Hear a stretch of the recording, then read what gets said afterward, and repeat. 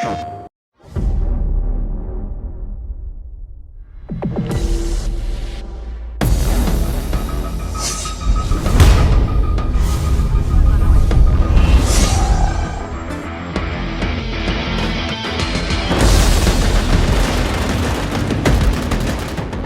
MAG is a game that's basically trying to take the first-person shooter genre and put it on steroids and take it to the next level. From the ground up, we built the game to be focused on large-scale infantry combat. Around 256 players has been our goal. So we wanted to create an online multiplayer experience that would take things a couple generations further than anyone had seen before. Create large-scale effects, large-scale battles, large events, have the players feel like they're part of a much bigger battle, much bigger conflict than they would in any other game to this point. MAG is a very player-driven story, so we want players to create their own story. But in order to do that, we've worked really hard to try to create a lot of character and a lot of interest to the world state. So the game's based in about 25 years in the future. The Shadow War is what encases MAG. It is the background of the world in which the people of the world have basically gotten tired with their governments pouring so much money into war. Fuel is at a premium. It's hard to have a large standing military. So private military corporations have risen to the forefront as groups that will perform the sort of duties and the sort of actions that government armies or national armies performed previously.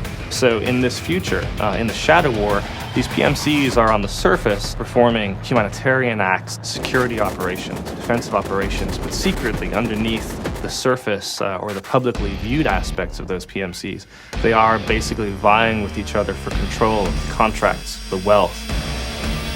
But as time goes on, the power of those individuals and the powers of those groups grows, and they take to more direct action to try to win contracts and gain superiority over their competitors. And by direct action, we're talking guns, grenades, and rockets. They're actually striking at each other, trying to weaken their opponents and strengthen their own position in the world.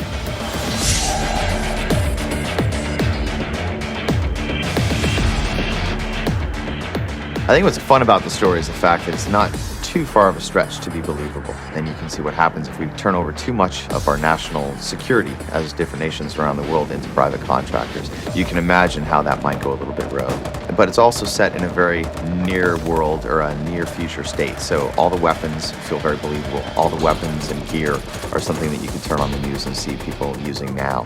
So it feels really gritty. It's a future that's not overly dark, but also not exactly all roses. MAG is a game that I think will exceed expectations and is really bringing something that players haven't seen before to the gaming public.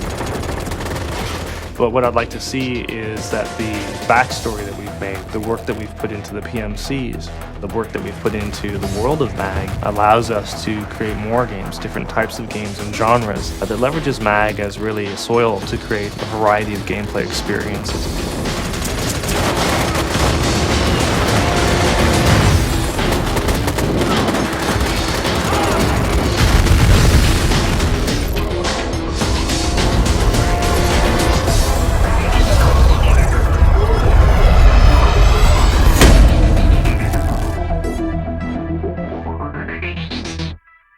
PlayStation